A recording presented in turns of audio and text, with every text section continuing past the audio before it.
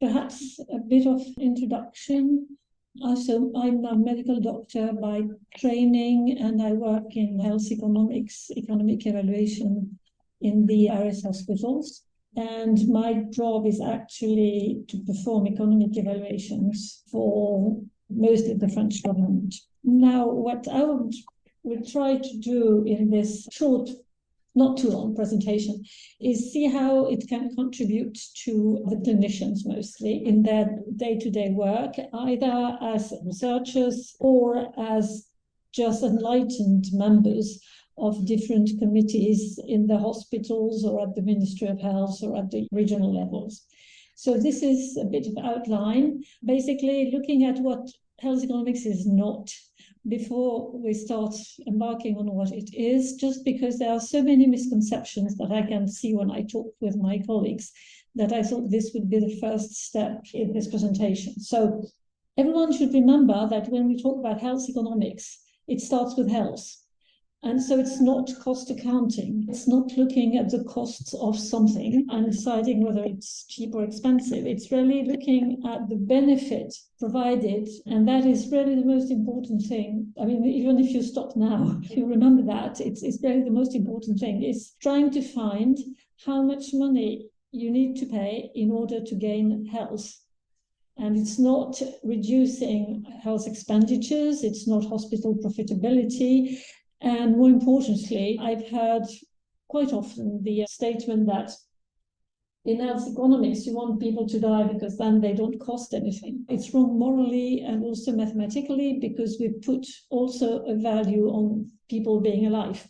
And you also understand very clearly, and we had a dramatic example 2 years ago, that when the country stops, it's not good for the GDP and the economy of the country.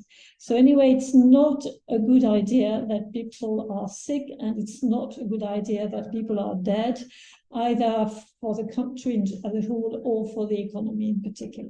This is what is important here in the misconceptions.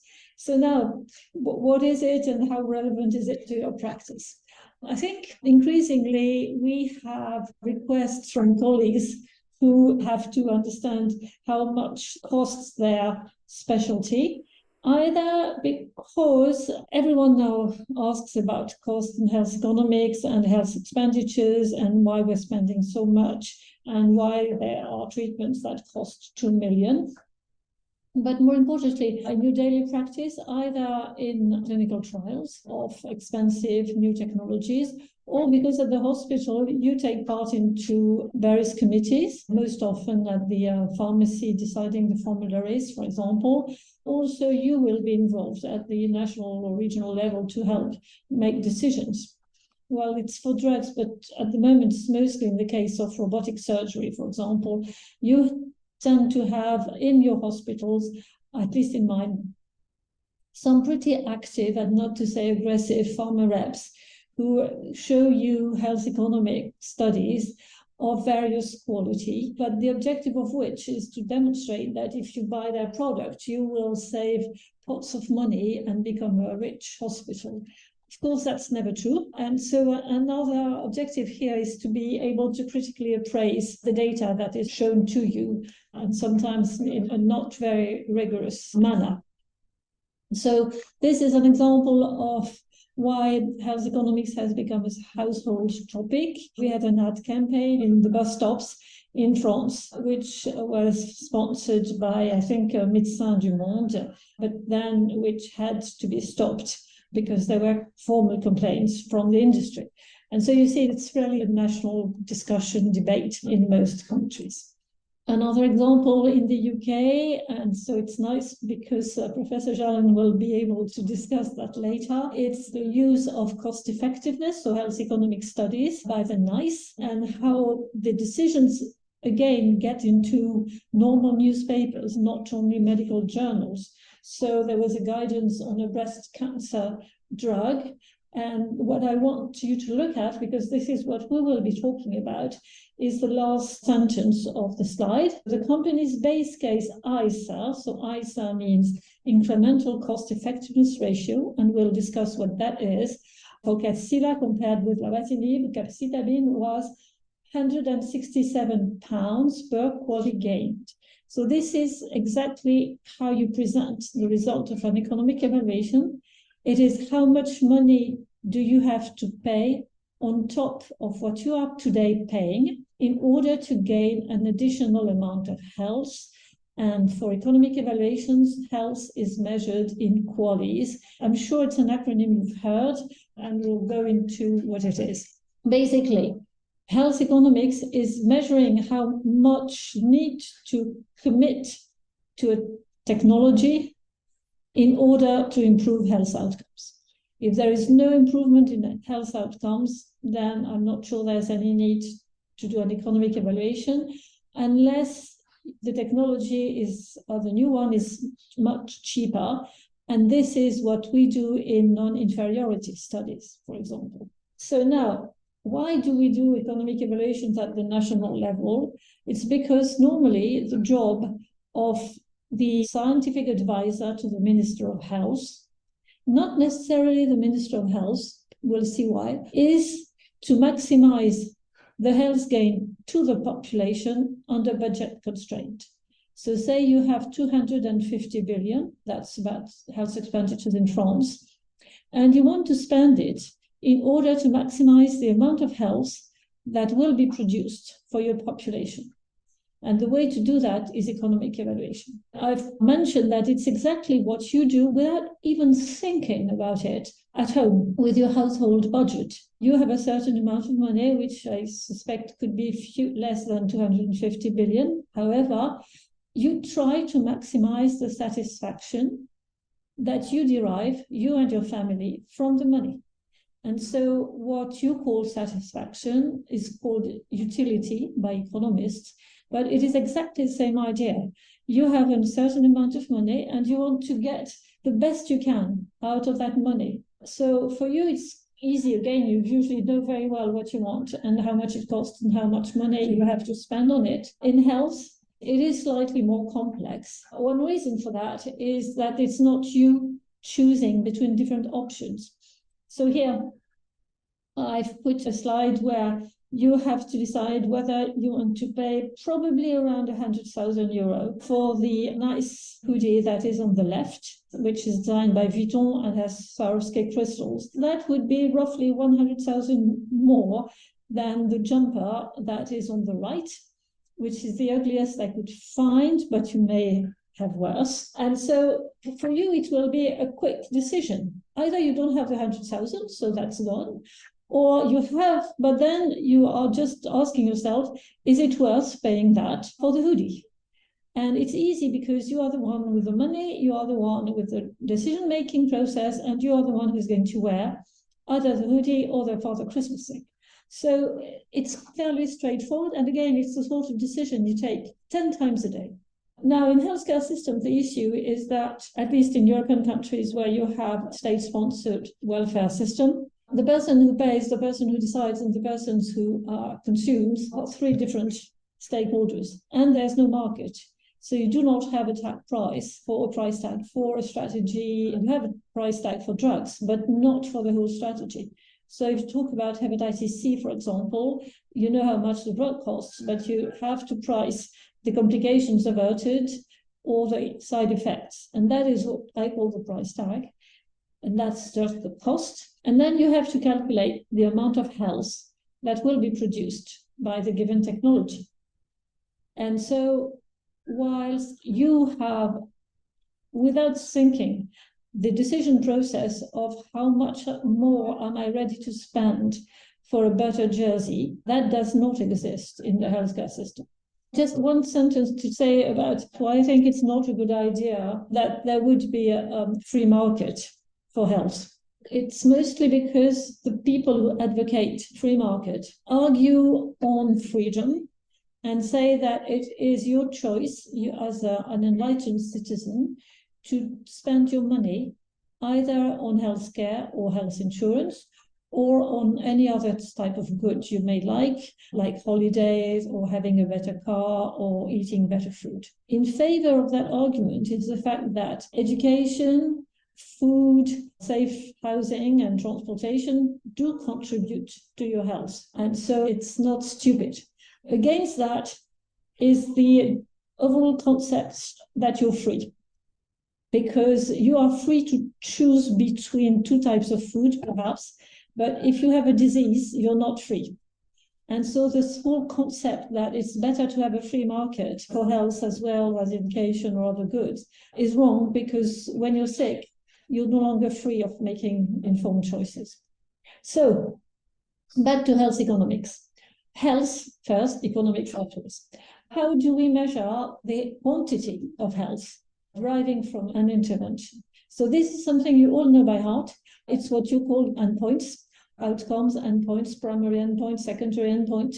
This is exactly what you do all day long in clinical trials, and that's fine, except that when you're the minister, you cannot compare between specialties, and therefore you cannot decide whether it's better to give money to ophthalmologists who will improve the number of letters you can read, or to cardiologists who clearly will save lives, or to hepatologists who will, well, of course, hepatologists should have priority, but still, they will prevent acute failures, liver failures, but then oncologists will improve progression-free survival, overall survival, and rheumatologists will improve pain. And so the issue is you need to have a metric that is valid across all medical specialties. And this is where my earlier point about the hoodie and the satisfaction and how you make decisions with your own money becomes relevant. Because what happened was the economists used the same concept, what I call satisfaction or utility, to measure health. And this is a quite powerful tool, and it's the tool that is called QALYs. It has very strong assumptions. The major one is that quality equals quantity, and that it is the same to gain in quality as to gain in quantity.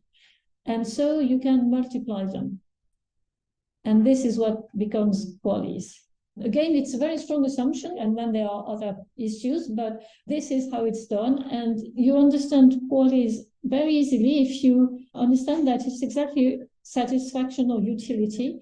You spend your family money between all sorts of different goods that will provide different services like food, heating, transportation, holidays.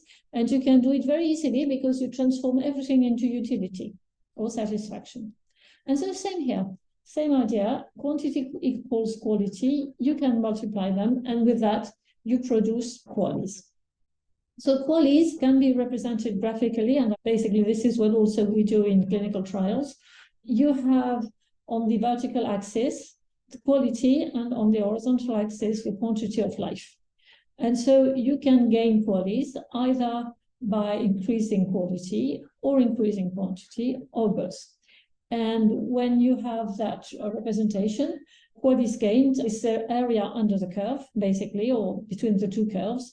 And here it's squares or rectangles. Usually we can have a sort of Kaplan-Meier system. And this is how you measure the gain in health. So gain in health is number of years, but quality of life improvements as well. So how do we get the weights? Because you will see that your numbers here, you have 0, you're dead, 1, you're in perfect health, and then you're kind of in between. So how is that done? There's one tool, which is the kind of official approved one, the EQ5D, EQ for European Quality of Life. It has 5D means 5 dimensions, 3 levels or 5 levels. The 2 tools are currently used. The English prefer the 3L, the French, because the English prefer the 3L, have chosen 5L, but it really doesn't matter very much, I think. This is the questionnaire. It's very simple, self-administered. It can be also proxy. There's a version for children.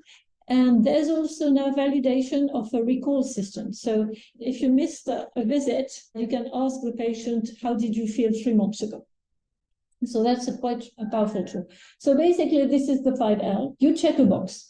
So mobility, self-care, usual activities, pain, discomfort. Here I said today, quite mobile, self-care, no problem, usual activities, no problem. A bit of pain and a bit of anxiety because I'm not sure how the submission process for the next month will go. So say today my health is characterized by 1, 1, 1, 2, 2.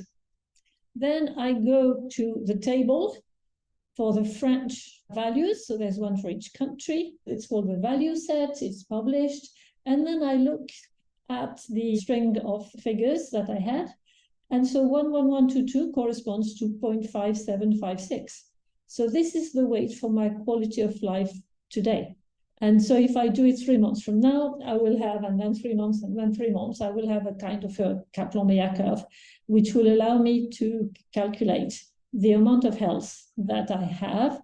And naturally, if there is a clinical trial, I will have 2 sets of values, 2 curves, and then the area between the 2 curves, which will calculate the amount of health produced. So that's for the health. And that's the example. So you look at the utility. So you have the utility, the time. So it's a 1-year trial. And then you just look at the areas between the curves to calculate the amount of health that you have produced. Now, we've gone through the outcomes. What about the costs? So you have to understand that there are 3 terms which are not synonymous: cost, prices, and tariffs. Economists tend to prefer the use of costs because it means production costs. Then a price is when you have a list price for something. And a tariff is usually a reimbursement for a given service. The problem is that you do not have production costs for everything. So usually when you do an economic evaluation, you combine all these. And that's why it doesn't look too rigorous sometimes. So when you do that, you just make sure that you say what you're doing. Cost, that's the economic evaluation, is the resources you have to commit to one use and therefore are forgone for another. That's an easy definition, practical, because even if you are a salaried healthcare professional, it means that your time has a cost. It's your gross wage times the amount of time you spent, multiplied by the amount of time you spend doing something. And so this is a way to calculate the production costs if you are comparing, for example, strategies that require different amount of staff to be used. So now the costs that are considered in economic evaluation are medical, non-medical, direct, and indirect. So the easy one is the box top left, direct medical. It's basically everything that belongs to the healthcare system and that will be covered within the healthcare system, be it the social health insurance or the National Health Service. Now, the direct means it's what you need to treat a patient. It's what goes into a patient to cure him. Non-medical is what is not covered by the healthcare system.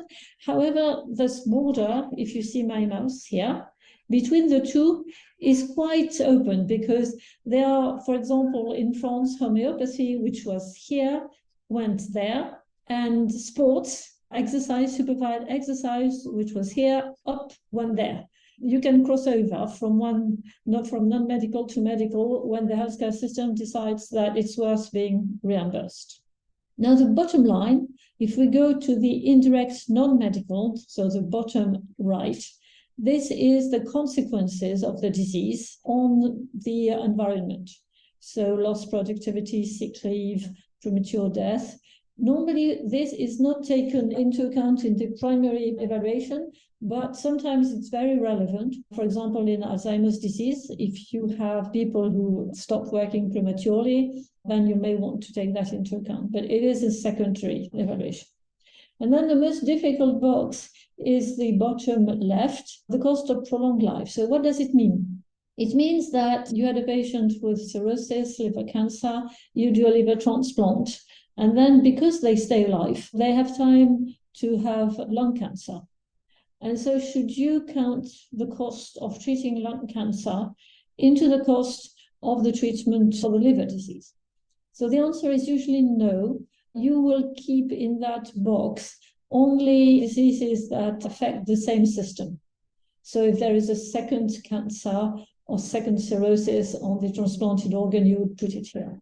But otherwise, it would be an endless situation problem. So in each of your country, there are guidance, so you can see how it's done. Now, if you participate in international trials, this is where your problems begin.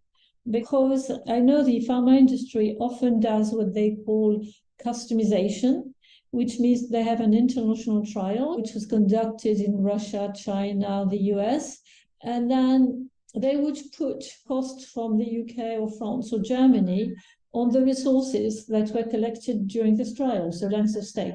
So they would say the patient spent 3 days in ICU and 4 days in step down. So what's the per diem of ICU in the UK or France or Germany?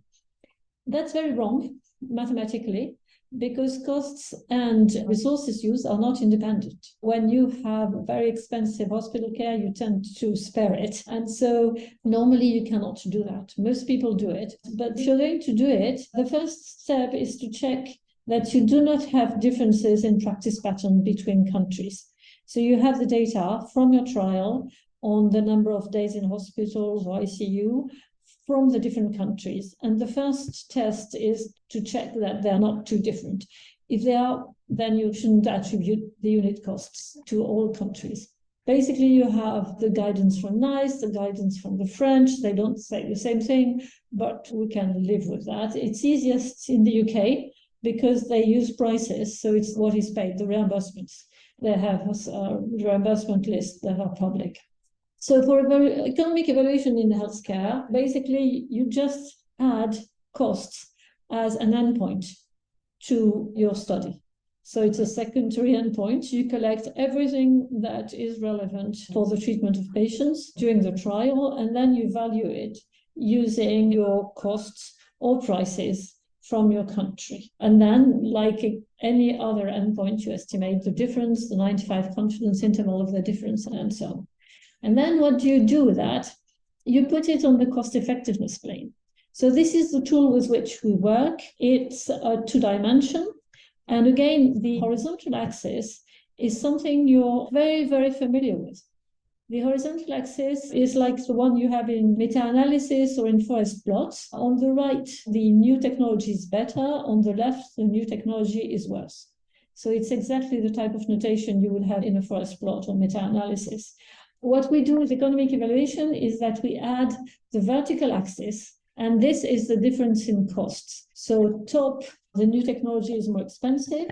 Bottom, it's less expensive. And so you have 4 possibilities, 2 easy ones and 2 difficult ones. The easy ones are either the top left or the bottom right. Top left means that you have worse outcome and more costly. If that is a drug, it will never appear on the market, but it can be like an intervention, you're not sure. And then eventually, like in prevention, you find out that it's too costly and doesn't help people. Of course, the bottom right is the symmetrical. So it's when you have a technology that is both cost-saving and outcome improving. It's a full dream. The pharma industry often tries to convince you that is what that drug is doing, which you really have to critically appraise that. And so the other diagonal is the situation when you have to think, and it's very much in healthcare as it is in life. So on the top right, you have something that improves health and that costs more. And on the bottom left, it's the non-inferiority studies mostly, that because non-inferiority is usually a misnomer. It means that it is inferior, but acceptably so. So you accept to lose a little bit in health performance of the technology for something cheaper or safer. It has less safety issues. But so this is where you have to start deciding. Again, it's very much like in life. You have a better car, but it's more expensive. So you have to decide how much you're going to pay. And this is how the decision is made. And this is why also I think this cost-effectiveness plane is quite a powerful tool. So this is the top right. So it's more expensive, increased costs, and it's more effective. On the horizontal axis, you gain QALYs.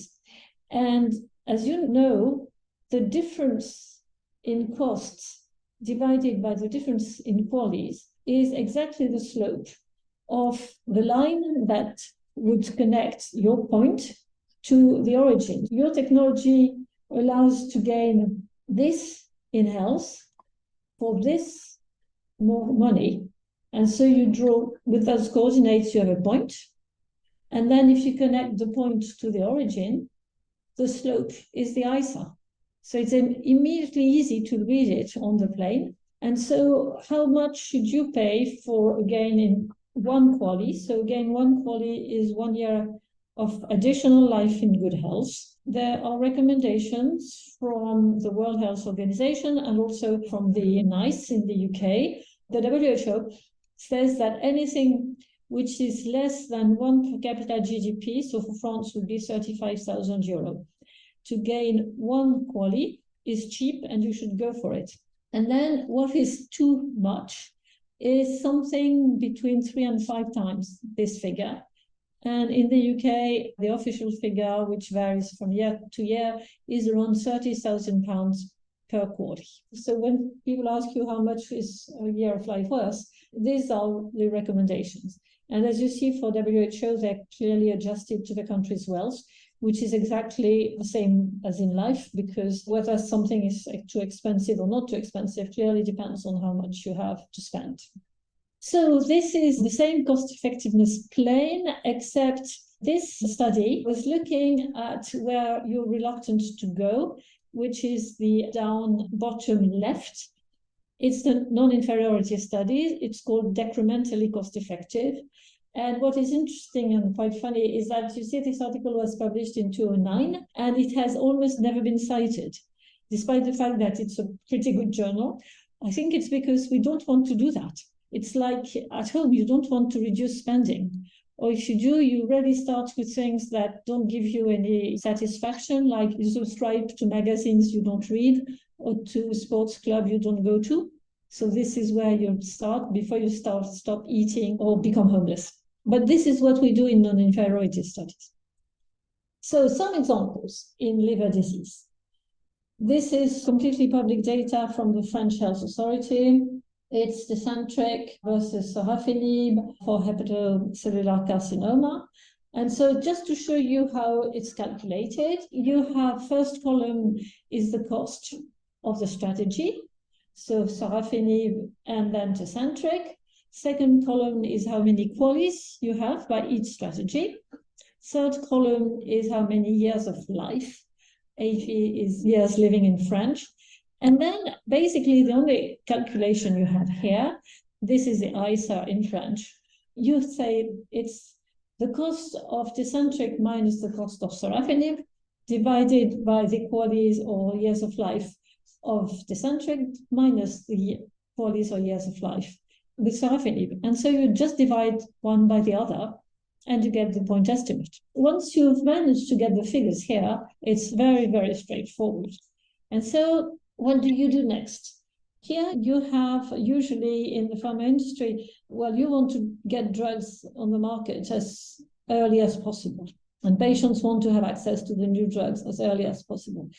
So you would usually have rather immature data.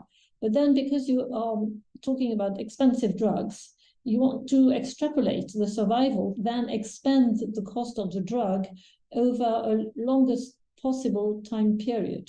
And this is why you have modeled, and this is also what will happen with A-TANGO. We try to extrapolate what happens at the end of the trial using survival models like that. What people do is they test every function available in the world, and then they see which one fits best and how the change from one to another affects the final result. So the black is the trial data, and all the dotted lines are the extrapolations. And so you do it by just looking at the curves, and then you will have what's called AIC, BIC, to try to be slightly more mathematical. But usually if it looks good, also the statistics will be good as well. And so there are lots of models that are proposed, and this is a very common one. And so you say you have a quality of life, and that's the weight, the QALY weight, pre-progression, post-progression, and then you would just model that over time. So now I gave you earlier the point estimate of the result, and you want also the confidence interval. And this scatter plot is the confidence interval. Here you have difference in cost, difference in QALYs, the point estimates. The ISA would be the line drawn here. And then this scatter plot is the 95% confidence interval. And it's really interesting to look at this because it gives you a very good idea of where the uncertainty is. And you can see that there is not much uncertainty on cost. It's 80,000 more anyway. But then I would be very uncomfortable, and So as liver specialists are, I don't know what about you, having such uncertainty on the results. So the gain in quality of life survival ranges from not much to 1 year. And so here you have the point estimates. But you see, the scatter plot is really very long, and that means a lot of uncertainty. There's worse, with the CAR T cells, you have 8 years of uncertainty, 8 qualities of uncertainty. This result, which is the uncertainty, can also be presented like this. It's exactly the same data, except it's presented differently. This tells you, based on how much you are ready to spend, so the horizontal line is how much am I ready to spend for 1 year of life? So if you say, I don't want to spend 100,000, then your choice is really to go for sorafenib. Here, the vertical axis tells you the probability you're making a good choice. So if I don't want to spend 100,000 on a car, what is the probability that I make a good choice if I buy a Ferrari? Not good. Same here. But if you're willing to spend 300,000, then you should go for Tecentriq.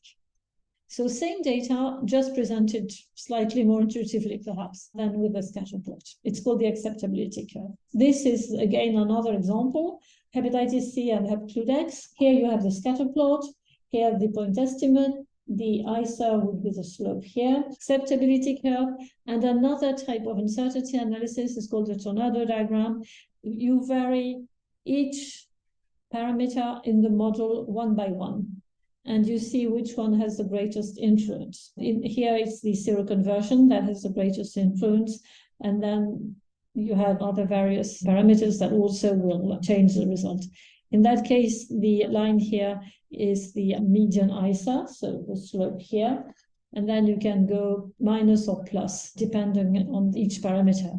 Again, it's pretty much what you do when you have a forest plot, and you see how each sub-element or subgroup will change the result.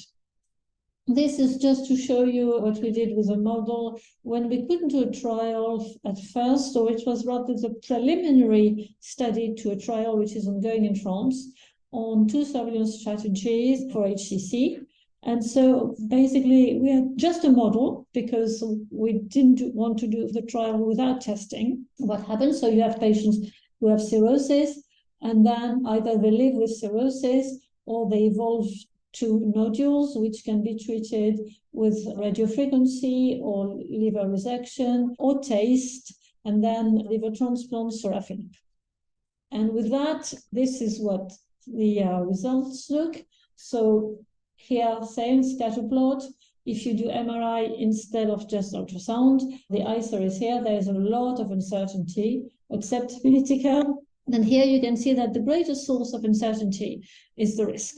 If you go to a population where the annual incidence is 1%, of course, your incremental cost-effectiveness ratio will increase. If you go to a high-risk population, it will decrease. And then the MRI cost, and this is nice because it allows you to see what happens in your own setting, given the cost of MRI, ultrasound costs, and so on. And so that's it. You have seen what it was all about. It's not done. Well, your job as a scientist is done when you've produced the results. And then this is where it starts being interesting because it gets into the public domain. And then every other stakeholder has their word to add. So local data, local practices. Do you have people who can do MRI easily? What are the financial incentives to do MRIs versus ultrasounds? Then how much is it going to cost? Are we sure it's a good idea? And then how are radiologists going to accept that? And what is the relationship with the radiologists and so on and so forth?